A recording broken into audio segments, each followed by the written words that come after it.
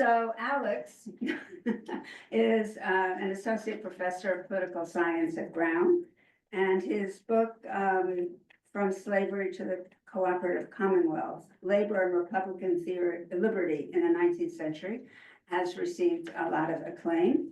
And I understand you're currently writing a book about strikes, so we get an introduction to that. He has his PhD from Columbia, where he worked with Gene Cohn and Nadia Urbinati and Ira Katznelson. And another book that you have, Politics Without Sovereignty. I like that. A critique of, that wasn't in the title, a critique of contemporary international relations, and that came out in 2007. And a large number of peer-reviewed journal articles, including something called Freedom Now with Corey Robin, our very own, and a contribution called Post-Work Socialism, and then several pieces on strikes and on debt and inequality and all kinds of other interesting issues that are of great relevance to the present. So I am very happy to introduce Alex, who's talking about disruptive, divisive, sometimes even illegal. What, if anything, is good about strikes? Alex, thank you for coming. Well, thanks everyone for coming. Thank you, Carol, for inviting me. It's a great pleasure to finally have a chance to come down and give a talk here. I have some very fond memories actually of being at CUNY when I was in graduate school. I used to come down for David Harvey's lectures on capital in the cafeteria, which was more like a city event. Since there were 150 people usually, and only about half of them are students.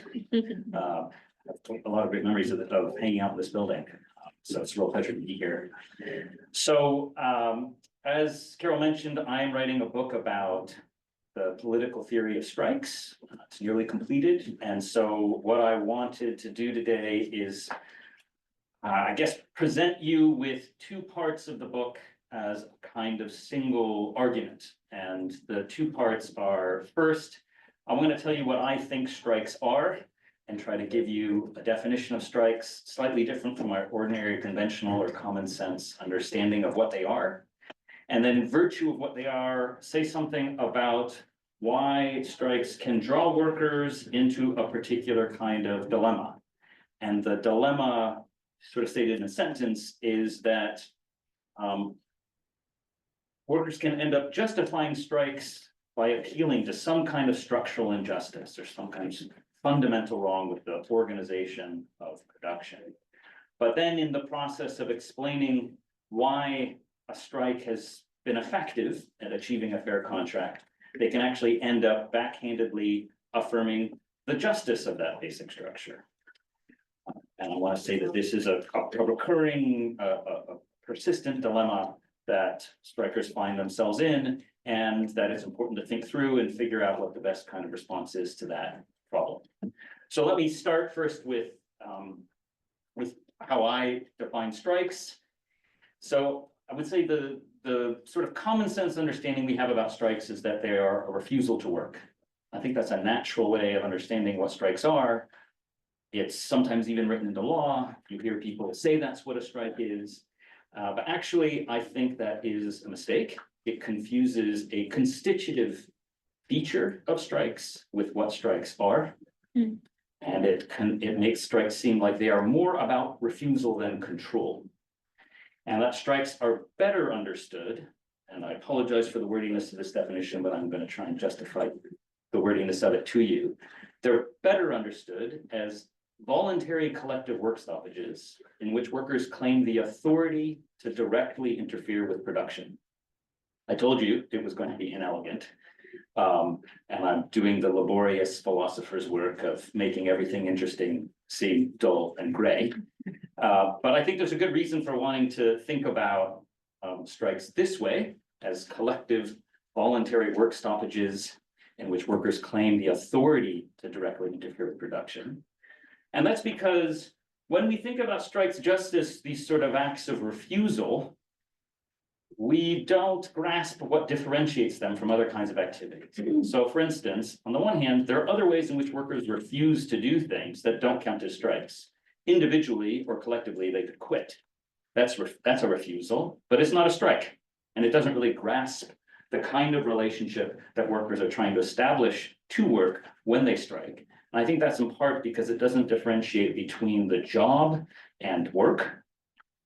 So I prefer the term work stoppage to refusal precisely for what people don't like about it. People don't like the term work stoppage because it sounds ambiguous and indeterminate. When we say work stoppage, do we mean the worker stopped or the productive activity stopped? Because presumably the workers could stop, but the work could keep going because someone else stepped in. But actually, I think the essential feature of the refusal aspect of strikes, which makes them strike, is the attempt to change the relationship to production. If the ordinary one is the assumption that they will just continue to do the work that they have agreed to do to keep production going, the point is not simply to refuse work for the sake of refusing work, but for the sake of preventing production from taking place. And so a work stop, the term work stoppage in the definition I did, is a way of drawing our attention to the fact that it is a relationship that's changed. It's a relationship that's changed between workers, the subjective element, and production, the objective aspect, work, the actual products or services, the goods and services that are coming out of their activity. Now, for that same reason, I want to say that strikes are these collective work stoppages because they aim to stop production from happening, not merely refusing to do the work, helps us understand both why the refusal to work is a constitutive feature. You can't stop production if the people currently assigned to do the job don't stop working. So it's natural and it's understandable why every strike is going to just constitutively involve workers refusing to do the job. But since the point is a work stoppage, this also helps explain why often other tactics, or why we're going to see many other tactics as typical features of strikes. Mass pickets, sit-downs or occupations, even sabotage sometimes. The reason those are just as central or core activities of strikes is that sometimes refusing to work is insufficient to stop production. So if the point is to achieve a work stoppage, sometimes refusing to work just won't do it. If you're easily replaced, or the machines can be kept going even when the people aren't there, or when the managers can sort of kind of do the work in the place of the people who've been hired to do the work, right? That's why workers routinely resort to these kinds of tactics, and that is in order to achieve a genuine work stoppage, which then even helps us, I think, understand the sense in which refusal is a part of striking. It's when workers, you could say, they quit working, but they don't quit the job. They actually stay on the job and insist that it's still, in some sense, their activity, which is why they can keep other people out. Because the point is to change the relationship, to in some way alter the relationship so that it is worthy of their efforts, permissible now or fair now to expect them to do the work, or less unfair or whatever.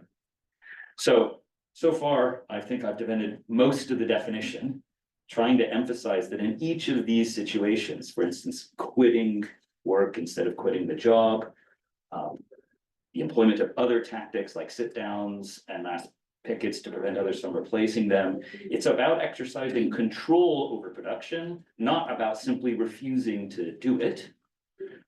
But there's one other feature of strikes of the definition that I want to draw our attention to now, because it sort of sets up the rest of the dilemma, which is it's not just that workers engage in this collective work stoppage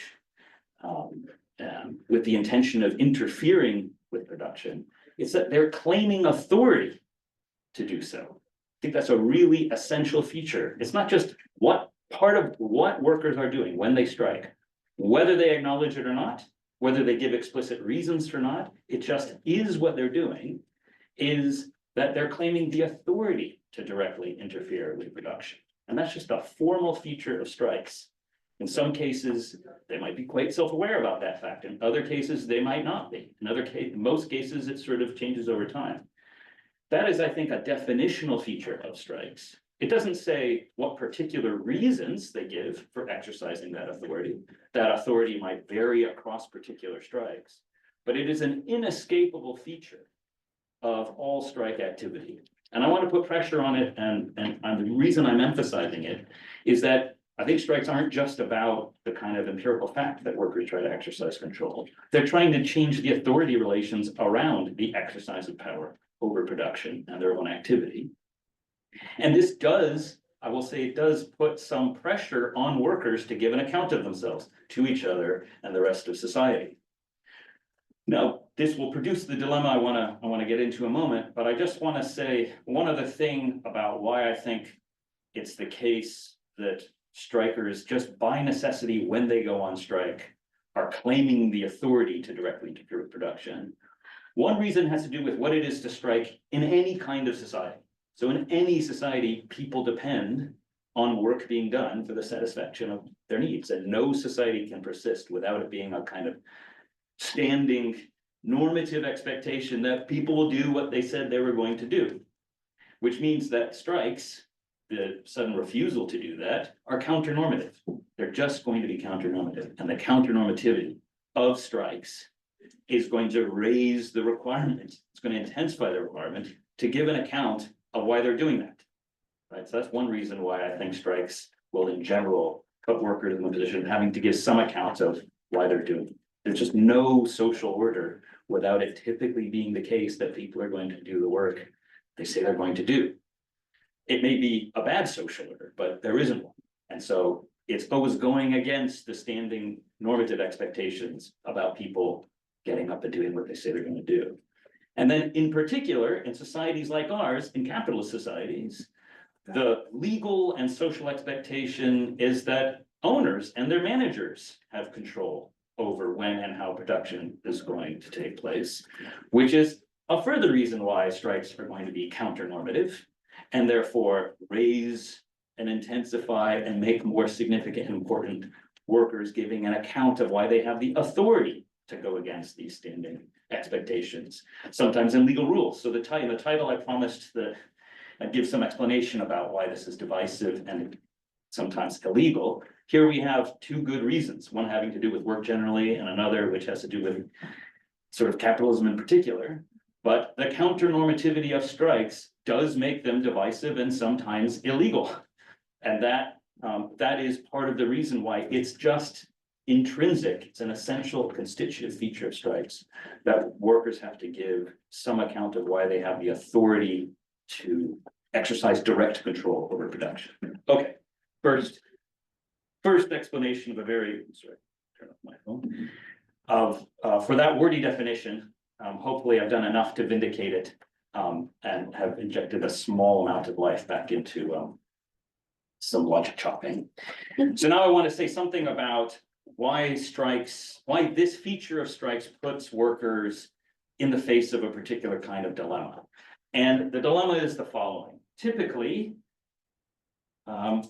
when workers go on strike, they'll cite some kind of structural injustice as a reason for the strike. It would be inequality, excessive CEO pay, the general unaffordability of housing, the fact that some are forced to work, sometimes at crappy jobs, while others aren't forced to do any job whatsoever.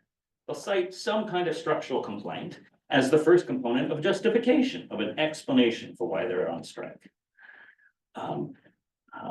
I'm sure you guys can all think of examples, but this came up, for instance, during the screenwriters strike, where they cited various features such as, actually the screenwriters and the auto workers strike had very similar structural complaints.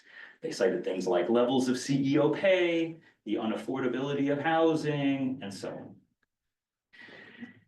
Then, in order to justify the strike, they'll have to explain why the strike is the appropriate response to that structural injustice. And it'll be something like, well, strikes are ways of winning fair contracts.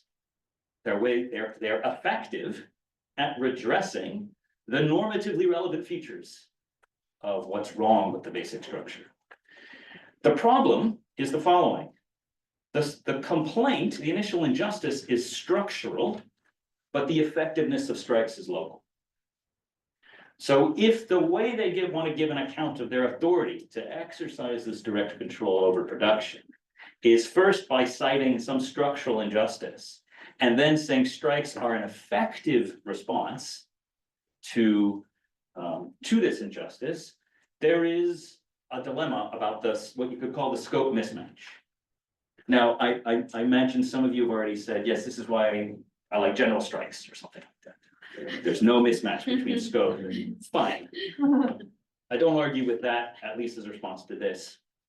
But if that were the only thing we could say, there'd be nothing interesting left to say, sort of no strike but the general strike or something like that.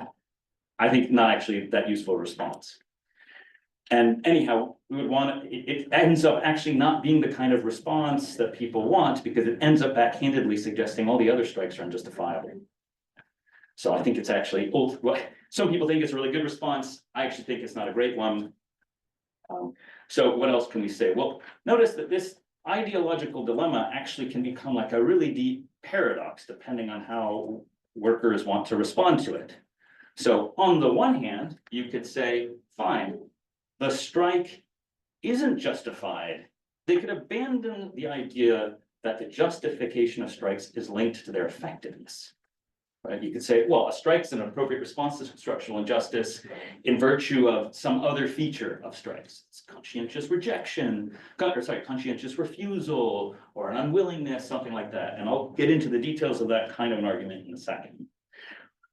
Or workers reasonably usually want to hold on to the idea that a strike is justified in part because it's effective. That's why one of the most common statements you hear or see during strikes is fair contract.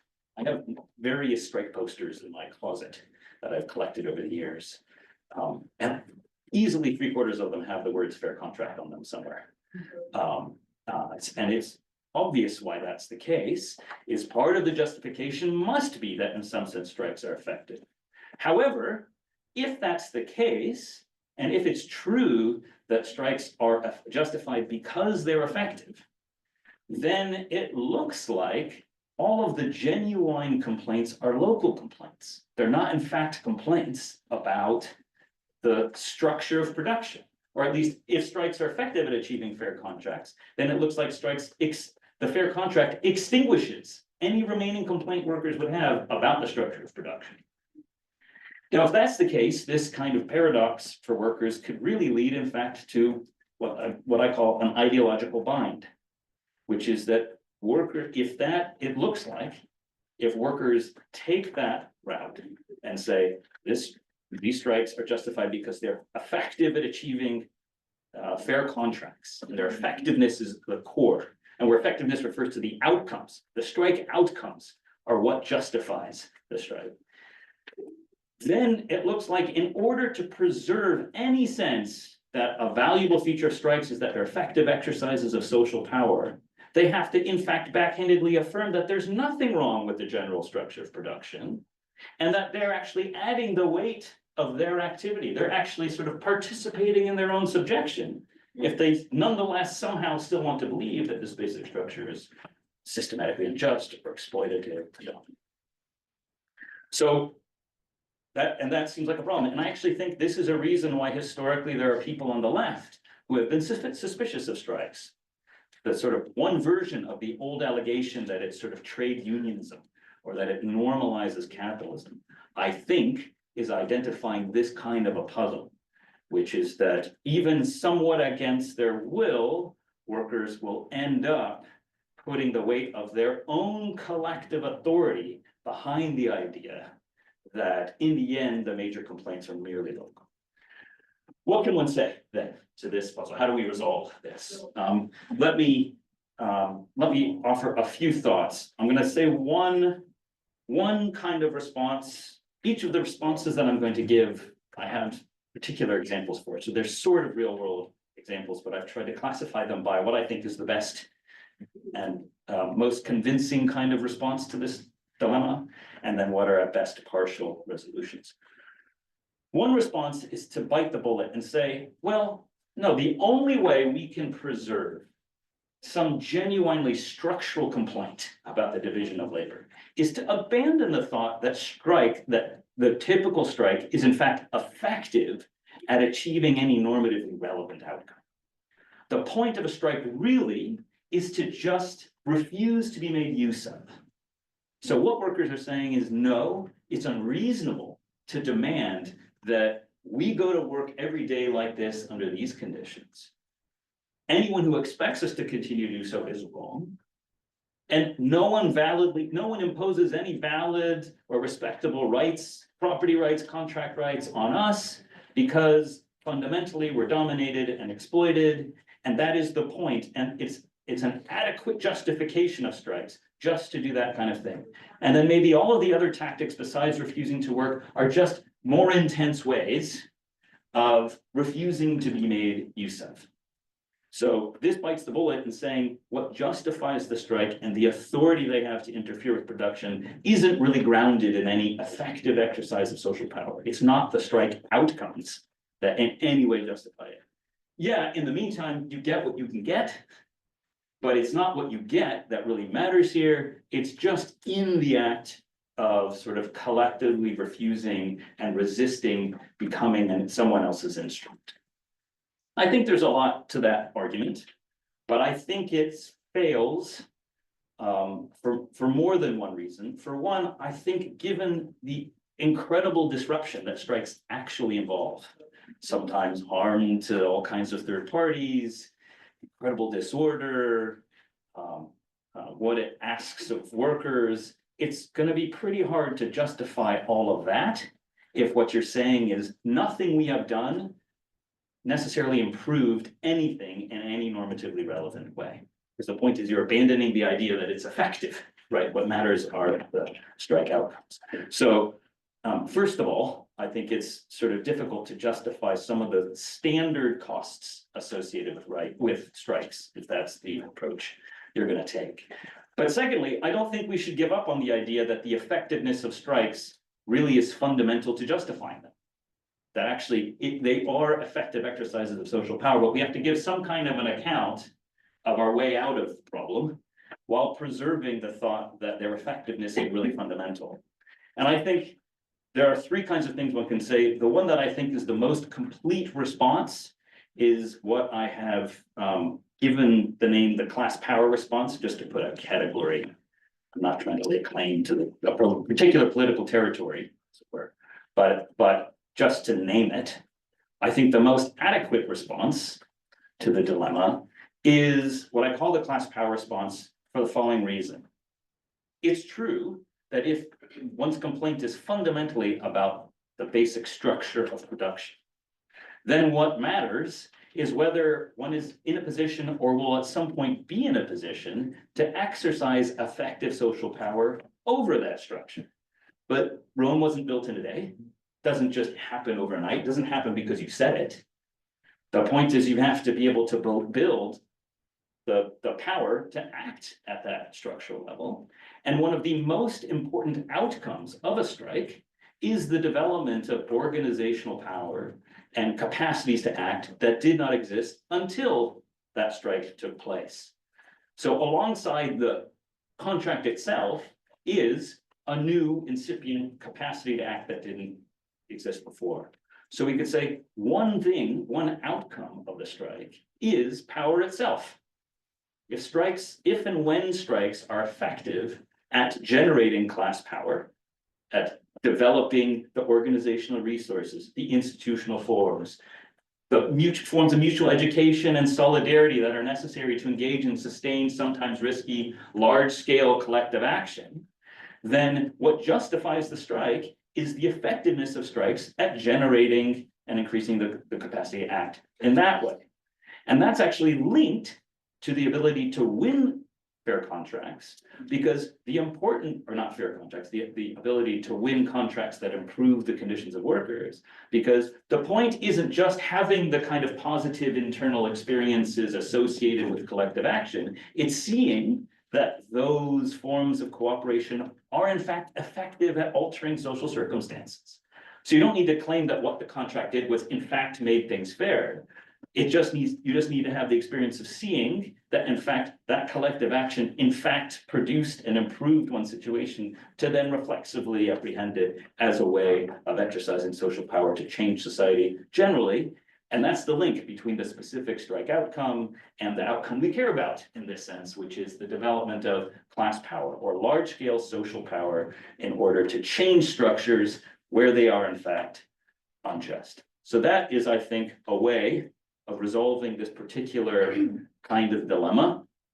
And I think it's the best one, but notice that it requires a pretty serious degree of political and ideological discipline on behalf of workers, because it has to be the self-conscious reason that workers give to each other, as well as conceivably wider society, for what they mean when they say we're achieving a fair contract, or we care about and justify our activity in the name of its effectiveness, right? It does require that capacity to kind of communicate with each other and others the reasons for one's activity, and to clarify that in going back to work, you're not then saying we've extinguished all complaints that we might have about the organization of production.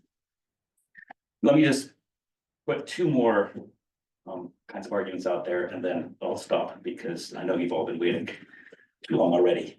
I know you said 40 minutes, but it's hot and they've been here forever. So let me just do a half hour.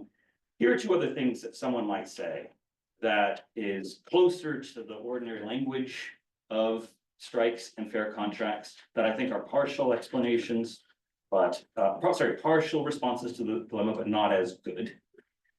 One is, people might say, look, strikes are justified because they're effective at achieving fair contracts. By that, what we mean is merely that they make intolerable conditions less intolerable. So there are varieties of injustice. There are different severities of injustice, and there are conditions of production that are so intolerable that an effective strike quite meaningfully changes the condition of the local conditions for people. When the work is so degrading, when it's so demeaning, when it's so dangerous, when it's so burdensome, that the strike at least makes the intolerable tolerable. And that is a normatively significant change in the nature of work. And it is linked merely to the local effectiveness of the work. It doesn't involve making any wider claim of the impact of that strike on the broader capacity to act on the social structure, such as it is. It's the kind of thing that one hears in, say, strikes around, like in sweatshops or in mines, or in the early days of the Memphis sanitation strike. For those of you who know anything about that, the strike that Martin Luther King was assassinated at. It started because two of the workers were crushed by very old, unrepaired sanitation trucks that they had been inside because it was so hot outside, and the thing malfunctioned and crushed them to death. And initially, the point of the strike was just to get like safe equipment and living, well, not even living wages, but make an intolerable job tolerable. There was no wider ambition in the strike. Then it turns into something else. A recent Bangladeshi strike in some textile sweatshops had the same feature, right? So, and you can say the intolerable's made tolerable, at least could go back to work for reasons others might see as reasons to go back to work, without then saying there's nothing else wrong with the basic structure. Everyone can understand that as a kind of argument. And I think that is a way of redeeming and sort of resolving the problem to a degree, right? To a degree. But it does depend on what it means for the kinds of costs that you're asking everyone else to bear in the process of that strike, and giving account of why it's intolerability, and just making your life less intolerable is a reason for justifying that strike to everyone else. I have no problem with this as an argument. I think it's just too limited relative to the class power argument. It doesn't say enough about ways we could think about strikes being effective, but we see it a lot. It's adequate in many cases to justify that particular strike. So the last one, which I'll call the exemplarity argument, and then I'll stop.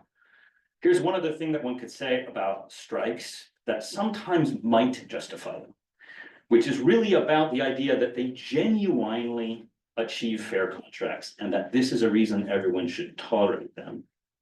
Which is, in some cases, you might think, or it has been said, that what a strike does is achieve such a good contract, that if that kind of contract were generalized across the economy, it would make the economy fair.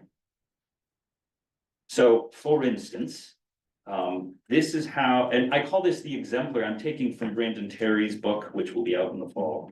Brandon Terry, political philosopher at Harvard, full discussion of exemplarity, that there are certain sort of historical instances that stand as sort of like ways in which we condense our political and moral judgments about the rest of society. So the civil rights movement and civil disobedience is his example, but other things like certain kinds of contracts made after strikes often function like this. So for instance, the famous Treaty of Detroit in 1950, which ended a period of intense labor militancy in the car industry, which led to dramatic raises, all kinds of new benefits for auto workers. And it set an industry standard that a lot of other industries had to follow, or at least that many other workers then say, oh, that is the only thing we're willing to work for. We will. So a lot of people went out on strike and said, you have to give us that.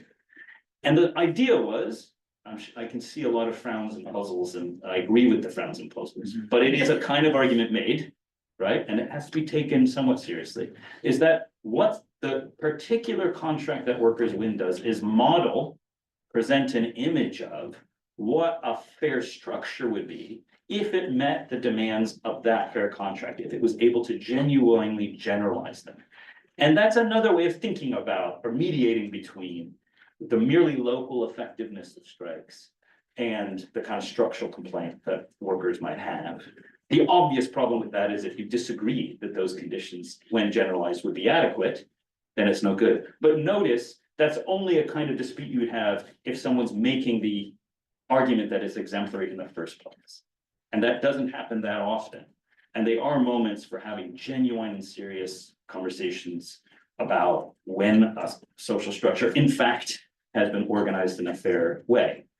So it's only in those cases that that would be the kind of conversation dispute that one would have. In most cases, nobody thinks that's what the fair contract means at all. It's not standing as an example for the rest of society. It is just sort of locally, we've got what we think is worth it for us to go back to work. So let me end it there. Thanks for your patience and I'm sure eager there to are hear questions. Yeah.